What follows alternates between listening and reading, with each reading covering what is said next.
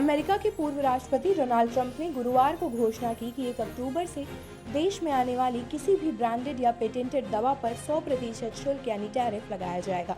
हालांकि ये नियम उन कंपनियों पर लागू नहीं होगा जो अमेरिका में दवा निर्माण संयंत्र यानी प्लांट स्थापित कर रही हैं। ट्रंप ने स्पष्ट किया कि जिन प्रोजेक्ट्स का निर्माण कार्य पहले से शुरू हो चुका है, चाहे जमीन की खुदाई हो चुकी हो या काम जारी हो, उन्हें छूट दी जाएगी।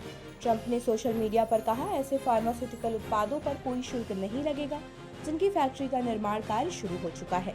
आपको बता दें कि ब्रांडेड या पेटेंटेड दवाएं वे होती हैं जिन्हें किसी ट्रेड नाम से बेचा जाता है और जिन पर बौद्धिक संपदा, इंटेलेक्चुअल प्रॉपर्टी राइट या पेटेंट का संरक्षण होता है। इन अधिकारों के चलते इन दवाओं पर जेनेरिक यानी सस्ती दवाओं की प्रतिस्पर्धा लंबे समय तक नहीं हो पाती।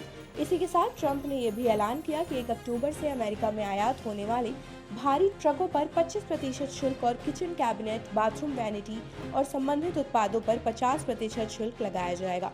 गौरतलब है कि ट्रंप प्रशासन ने इसी साल अप्रैल में दवाओं के आयात पर सेक्शन 232 जांच शुरू की थी। इस प्रावधान के तहत वाणिज्य मंत्रालय यह तय करता है कि किसी उत्पाद का आयात अमेरिका की राष्ट्रीय सुरक्षा पर असर डाल रहा है या नहीं।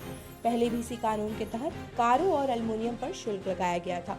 नई घोषणा दवा कंपनियों के लिए बड़ा झटका मानी जा रही है।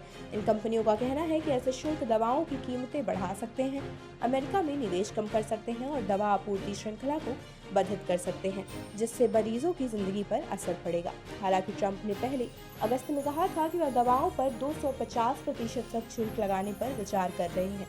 अभी उन्होंने छोटे स्तर का शुल्क लगाने का फैसला लिया है, लेकिन आने वाले 12 से 18 महीनों में इसे 150% और फिर 250% तक बढ़ने की योजना है। दवा उद्योग पहले से ही ट्रंप की दवा कीमत कम करने वाली नीतियों और स्वास्थ्य मंत्रालय HHS में बड़े बदलावों की चुनौती झेल रहा है। फिलहाल इस मंत्रालय का नेतृत्व वैक्सीन संशयवादी माने जाने वाले रॉबर्ट एफ कैनेडी जूनियर के हाथों में है।